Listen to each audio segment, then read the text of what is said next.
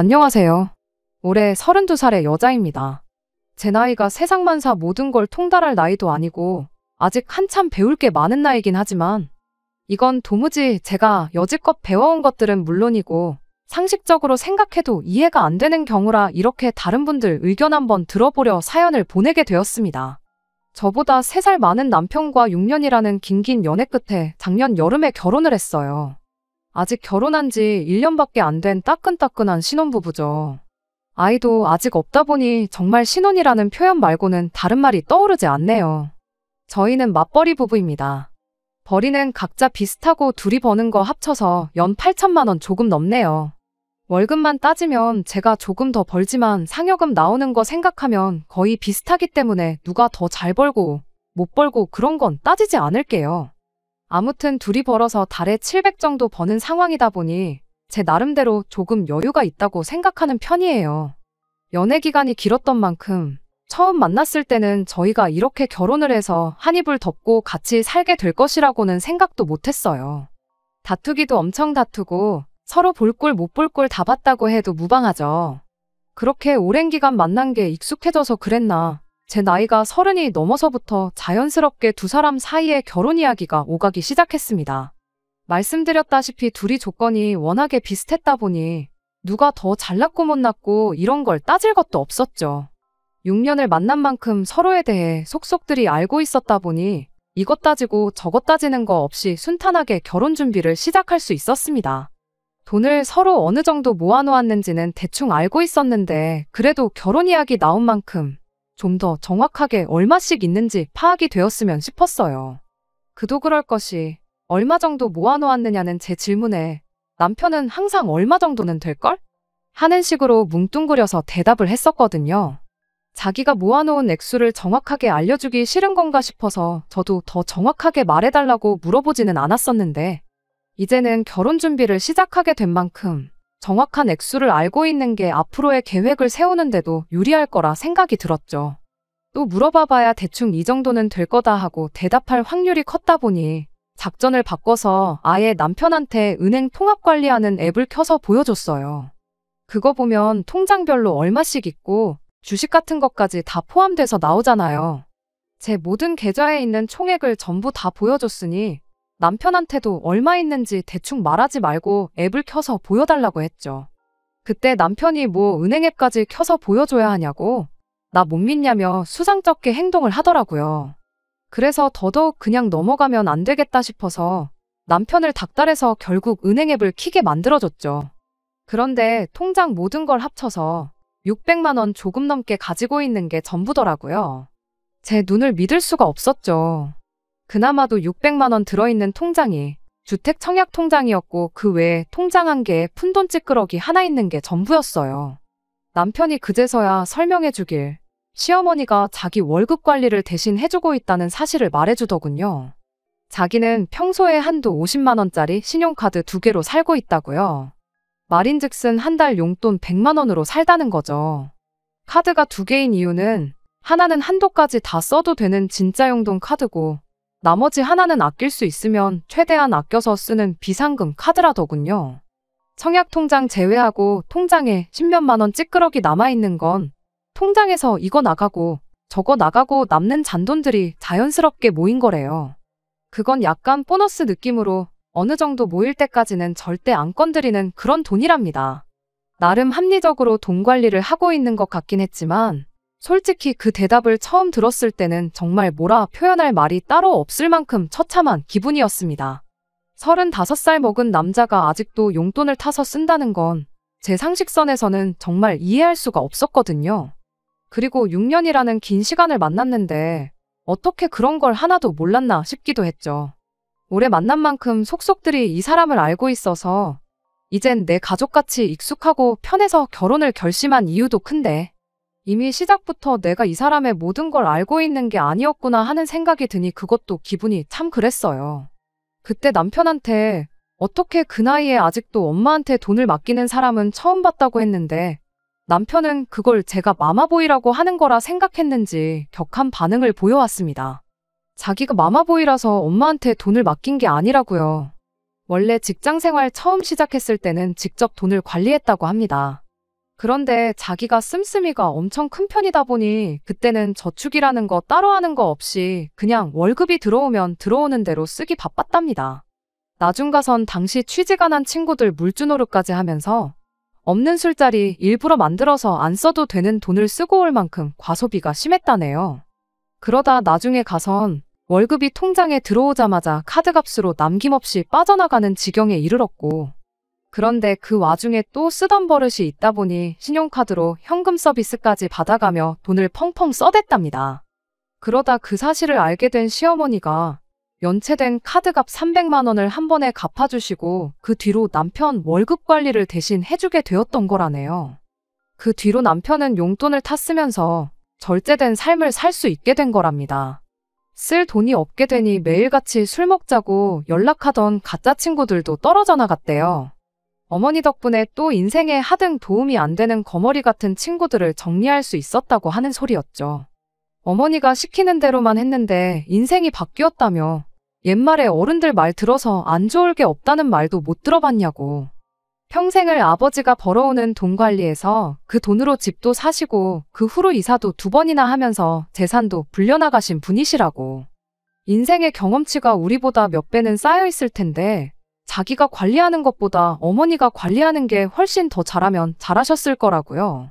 모르긴 몰라도 그때 어머니한테 돈 관리 안 맡기고 그냥 자기가 돈 관리를 했다면 자기 통장에 돈은커녕 지금 당장도 빚더미에 허덕이면서 살고 있을 거라는 소리를 하는 겁니다. 그 모습에 아찔하긴 했지만 그래도 결혼하고 나면 어머니한테 돈 관리 맡길 생각은 없다고 경제권은 다시 가져올 거랍니다. 그리고 자기가 지금 어머니 덕분에 절제된 삶을 살고 있기는 하지만 그 씀씀이가 어디 갔겠냐고.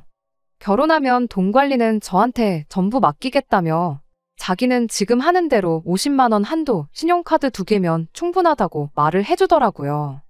그 말에 그래도 어느 정도 안심이 되었죠. 시어머니가 남편 돈 관리를 하고 있었다고 해서 모아놓은 돈이 얼마나 되는지는 못 물어볼 것도 없겠다 싶어서 그 길로 남편이 시어머니한테 전화를 걸었습니다.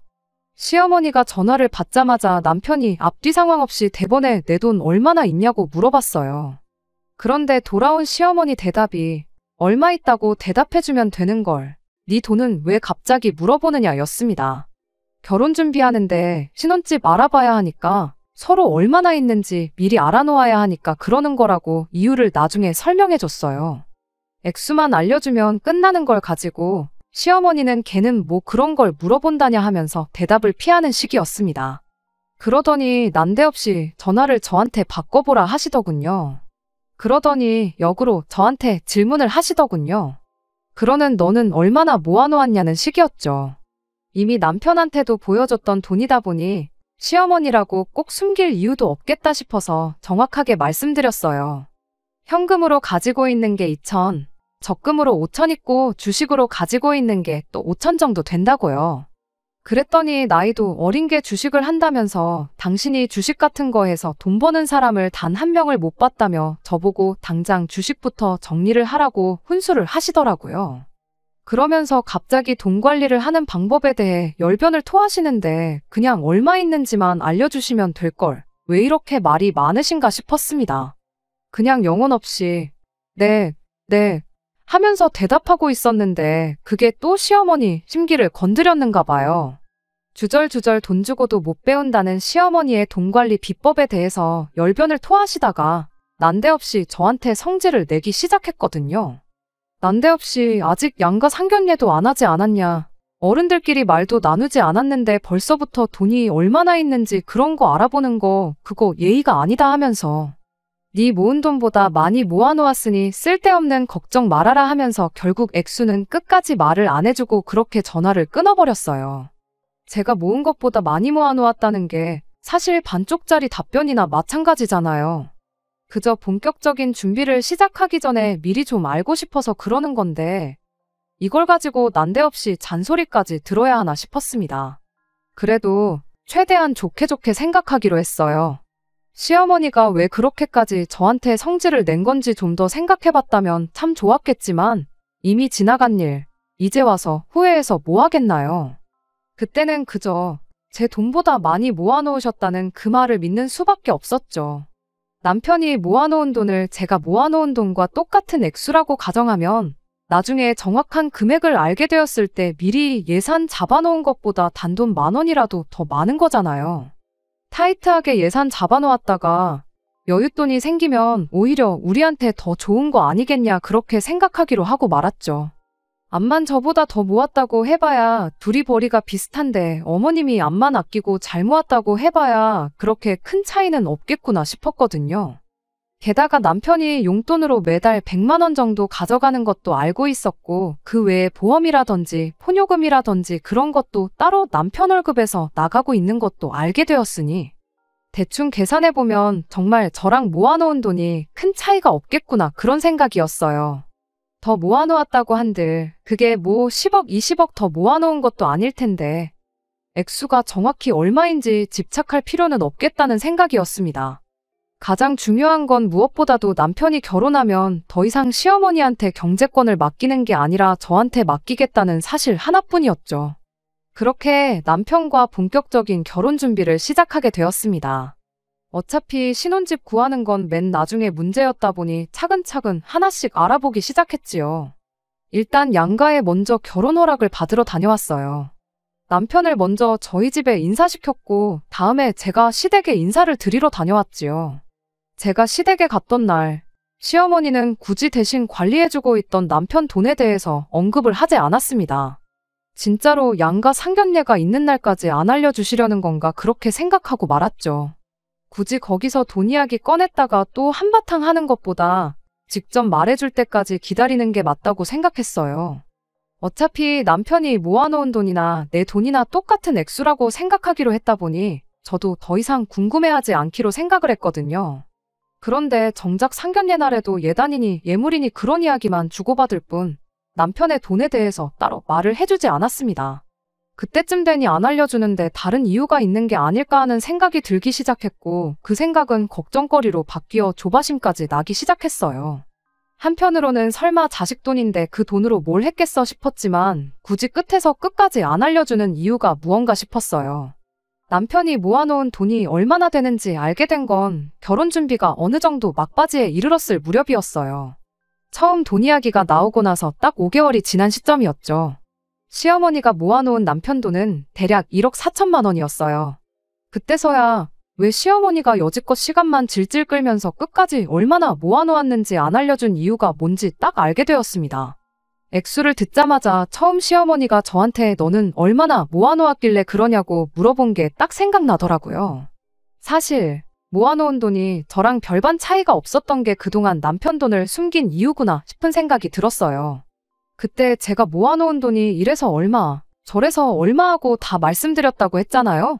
그 돈이 다 합치면 1억 2천 정도 되었습니다. 시어머니 딴에는 무언가 남자가 여자랑 비슷하게 해온다는 느낌이 들어서 그게 싫어서 숨겼던 게 아닐까 싶었어요. 보아하니 시간 끌면서 남편 월급 고스란히 모아서 그 돈까지 합칠 생각이었나 본데 저 또한 지난 5개월 동안 월급 받았다고 돈을 펑펑 쓰고 그랬던 게 아니었거든요.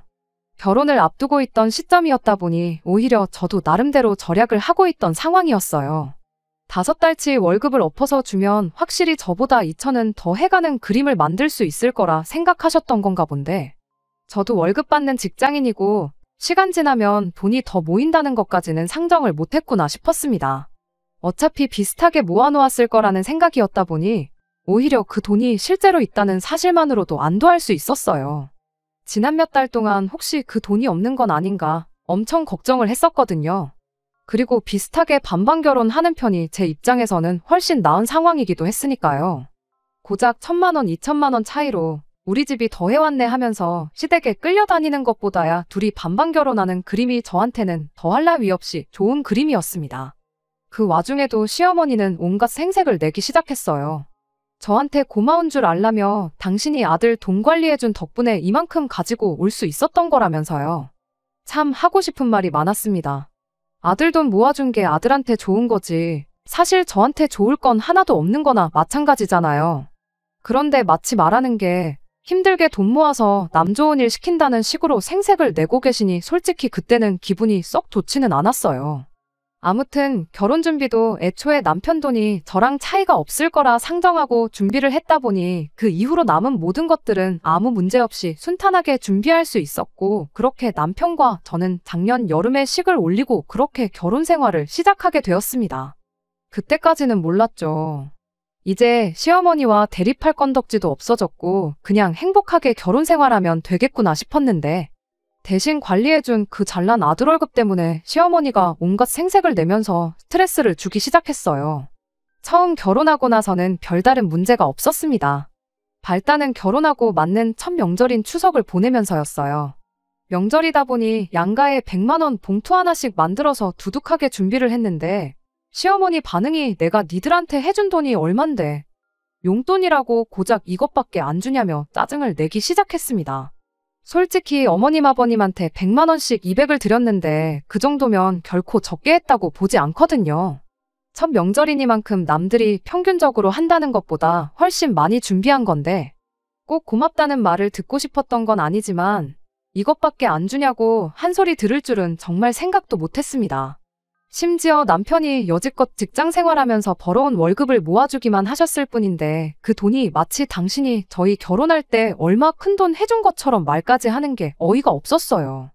저도 500만 원 정도 덜 해오긴 했지만 따지고 보면 똑같이 해온 건데 굳이 시어머니가 그렇게 우겨댄다고 해서 시어머니 요구를 들어줄 필요도 없었죠.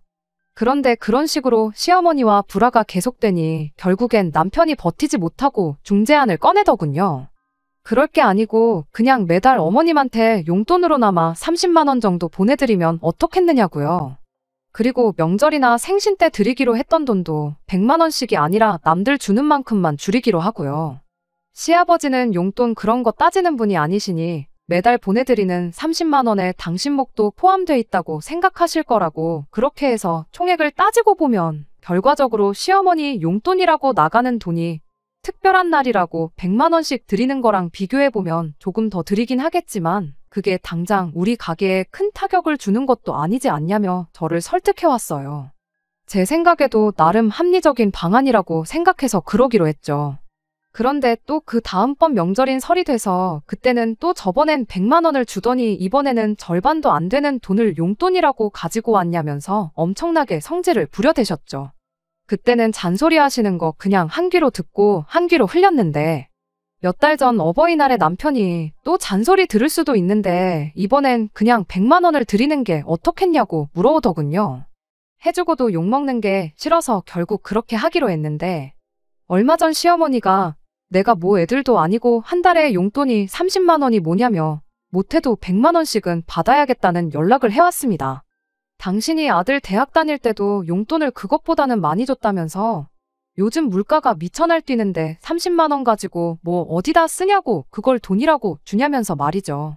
그 자식 씀씀이의 당신 아니었으면 애인한테 뭐 사다 바치고 친구들 술 사주고 그런다고 1억 4천은커녕 4천만 원도 못 모았을 거라고 뭐라 하시는데, 남편이 회사 생활 시작하고 처음 연애한 게 저였는데 차라리 애인한테 뭐라도 사다 바치고 그래서 모아놓은 돈이 없었다면 당장 저한테 그만큼 뭐라도 남아있었지 않았겠나요?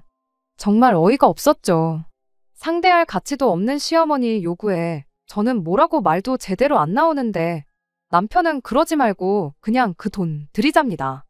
맞벌이 하는 만큼 벌이도 늘어났는데 못 드릴 게 뭐가 있냐고, 그 정도 드려도 우리 사는데 아무 지장 없지 않냐는 거예요. 어이가 없어서 맞벌이 한다고 벌이가 늘어난 건 또 어느 나라 계산 방법이냐고 남편한테 따져 물었죠. 둘이 버는 걸 합친 거지. 월급이 오른 것도 아닌데 말도 안 되는 헛소리 좀 하지 말라고. 1년에 시어머니한테만 1,000만 원을 넘게 갖다 바치게 생겼는데 오히려 벌이가 줄어드는 거 아니냐고 한마디 따졌죠. 그랬더니 남편이 결국엔 시어머니랑 똑같은 말을 하는 겁니다. 그래도 어머니 덕분에 자기가 돈을 그만큼 모은 거 아니겠냐고요. 어머니 아니었으면 당장 우리가 이렇게 누리고 살 수나 있었겠냐고 한마디 하는 겁니다. 그래서 시어머니한테 하려다 말았던 말을 남편한테 했어요. 어머님 말 맞다나 당신이 직접 돈 관리를 했어서 애인한테 뭐라도 사다 바쳤다면 당장 내 손에 뭐라도 남아있지 않았겠냐고. 차라리 그게 훨씬 나았겠다고요. 그 돈이 당신 좋으라고 모아준 돈이지 당신도 그렇고 어머님도 그렇고 왜 자꾸 그걸 날 위해서 모아준 것처럼 말하는 거냐고 따졌더니 남편이 끝까지 그래도 그 돈이 있었으니까 결혼이나마 할 수 있었던 거 아니겠냐고 그러는 겁니다. 지금 우리가 행복하게 살 수 있는 건 전부 시어머니 공이 크다고 기어이 어머니 요구대로 달 100만 원을 드리겠다고 고집 부리는데 결국 그것 때문에 대판 싸우고 현재는 서로 말 한마디 주고받지 않는 냉전 상태예요. 차라리 그 돈이 없었다면 사람 됨됨이라도 더 자세하게 봤을 것 같아요. 6년 만나면서 모아놓은 돈 한 푼도 없었을지라도 인생에 좋은 동반자가 될 수 있는지 아닌지 그런 부분을 말이죠. 그런데 이제 보니 사람 됨됨이가 아주 꽝이니 그게 문제였죠. 이런 사람인 줄 알았다면 모아놓은 돈이 그만큼이 아니라 그거의 2배, 3배가 있었어도 결혼을 다시 생각해봤을 텐데 싶어요. 남편은 끝까지 자기가 돈이 없었다면 이 결혼도 없었을 거고 꼭 시어머니가 돈을 대신 관리해준 게 아니라 자식된 도리로 그 정도 드리는 건 아무 문제가 없다고 우겨대는데 아무리 몇 번을 다시 생각해도 결혼 전에 자기 결혼 자금 모으는 게 자기를 위해서 모으는 돈이지 배우자를 위해서 모으는 돈은 아니라는 게 제 생각이거든요. 그런데 귀에 딱지가 않게 같은 소리를 들어서 그런가 어쨌든 결혼해서 그 덕을 보고 있으니 그게 저를 위한 돈인가 싶기도 해요. 도무지 의견이 좁혀지지가 않아서 다른 분들 의견은 어떤지 한번 물어보고 싶어 이렇게 사연을 보내게 되었습니다. 그냥 효도하는 셈 치고 그 돈을 보내드리는 게 맞는 건가요? 안녕하세요.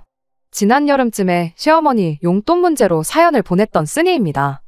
결국 남편과 이혼하게 되었는데 그 이야기를 하려고 이렇게 다시 사연을 보내게 되었습니다. 그날 이후로 결국 남편과는 의견을 좁히지 못했습니다.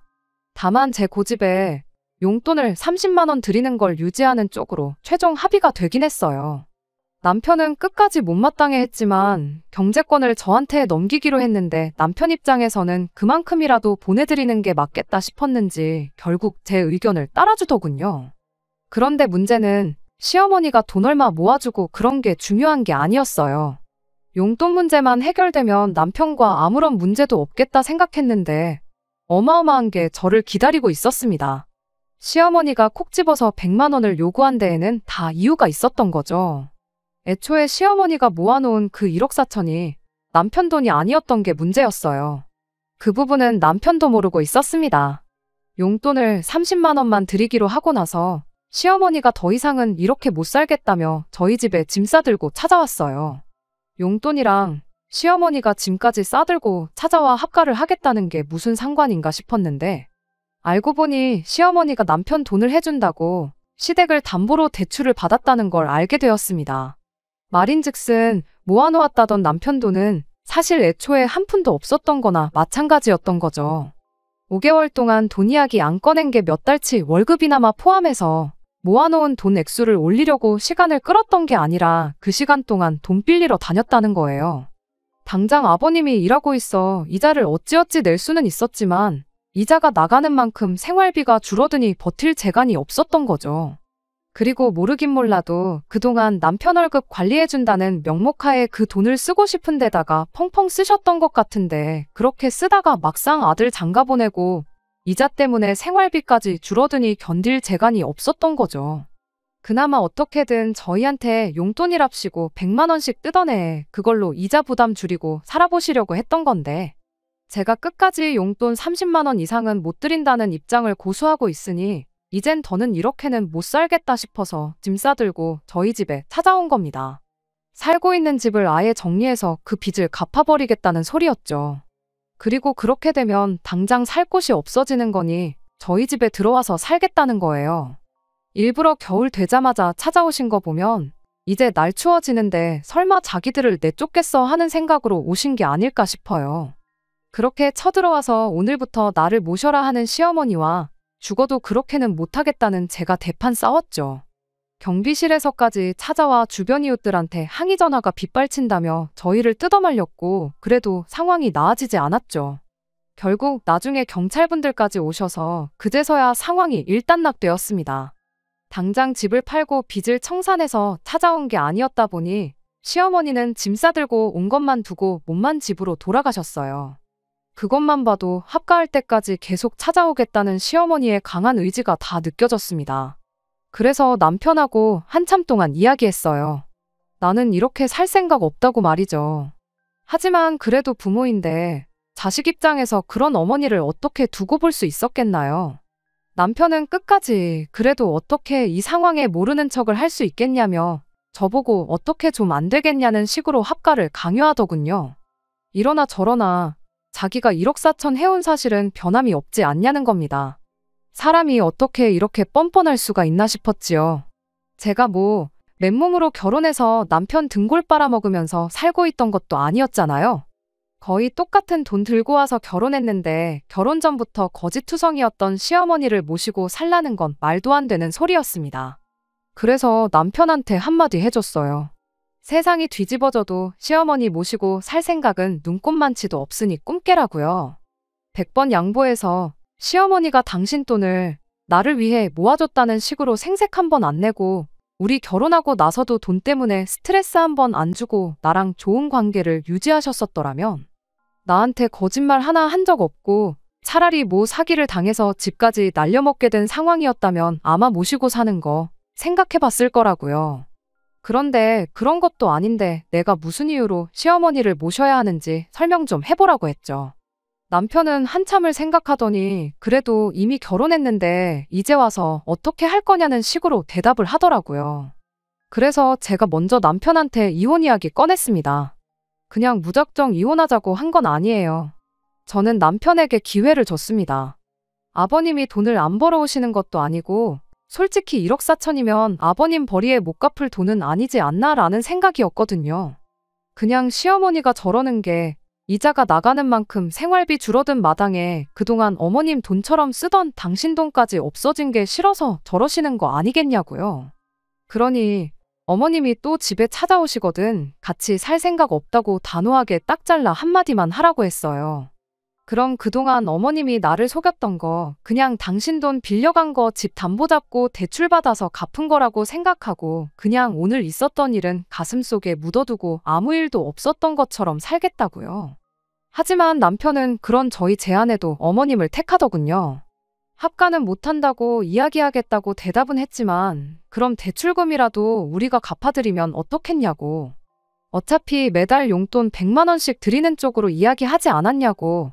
용돈 드린다고 생각하면 되는 거 아니겠냐며 끝까지 저로 하여금 시어머니한테 돈을 퍼주는 쪽으로 이야기를 꺼내는 겁니다. 자기 딴에는 시어머니와 합가를 막으면서 동시에 어머니 빚도 갚아줄 수 있는 나름의 중간 역할을 했다고 생각하는 것 같은데 그건 지 혼자만의 생각이었지. 저한테는 그냥 이혼하자는 소리로밖에 안 들렸어요. 그래서 그냥 알겠다고 한마디 대답해주고 그날부로 당장 이혼 서류부터 준비했죠. 남편이 이혼 안 해준다고 하면 소송까지 불사할 생각이었어요. 자기도 자기 나름대로 소송까지 가면 100% 질 거다는 식의 말을 주워듣고 온 건지 나중에 가선 순순히 합의 이혼을 하는 쪽으로 나오대요. 덕분에 이혼하는데 큰 문제는 없었습니다. 반반 맞춰서 가져왔다 보니 갈 때도 똑같이 반반 나눠서 이혼했고요. 지지난주에 숙려기간 끝나서 모든 게 깔끔하게 정리돼서 이렇게 후기를 적어 보냅니다.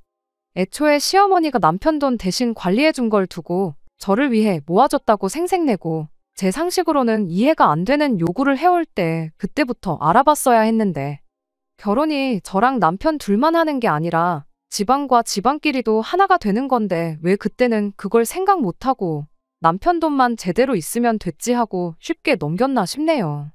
안녕하세요. 얼마 전 이혼한 남편 소식 듣고 이렇게 마지막 후기를 또 남기게 되었습니다. 정확히는 남편 소식이 아니라 시어머니 소식이라고 해야 하나요? 남편이 저희 집까지 찾아오고 아주 난리도 아니었어요. 저희 부모님이 남편한테 여기가 어디라고 오느냐며 현관문 앞에서 거의 몽둥이 찜질을 할 뻔하셨는데 집까지 찾아온 게 무슨 일인가 궁금해서 남편 만나 이야기를 나눴습니다. 남편은 저한테 다시 시작하면 안 되겠냐고 거의 빌듯이 부탁을 해왔어요. 시어머니가 시아버지랑 이혼을 했다고 하더라고요. 알고 보니 그간 남편 돈으로 두 분이 같이 호강했던 게 아니고 시어머니 혼자서 그랬던 거래요.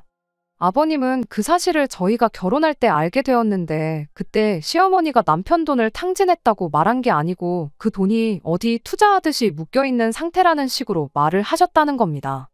당장 아들 장가 보내야 하는데 돈이 없다고, 그런데 그 돈을 또 중간에 뺄 수도 없는 상황이라며 집을 담보로 대출을 진행했던 거라고 해요.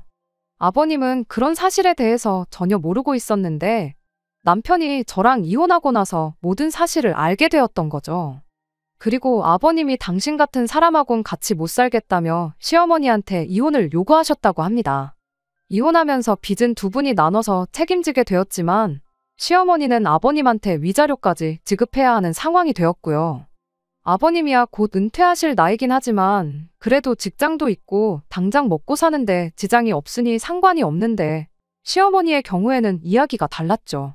결국 남편하고 같이 지내게 되었는데 당장 남편 월급이 있다고 해도 두 사람 수중에 땡전 한 푼 있는 게 아니다 보니 지금 둘이서 단칸방 지내서 같이 살고 있는가 봐요.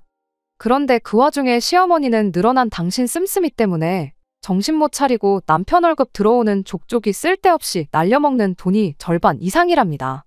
남편도 참다 또 참다가 이젠 더는 안 되겠어서 시어머니랑 같이 못 지내겠다고, 아니 안 지내겠다고 저를 찾아온 거예요.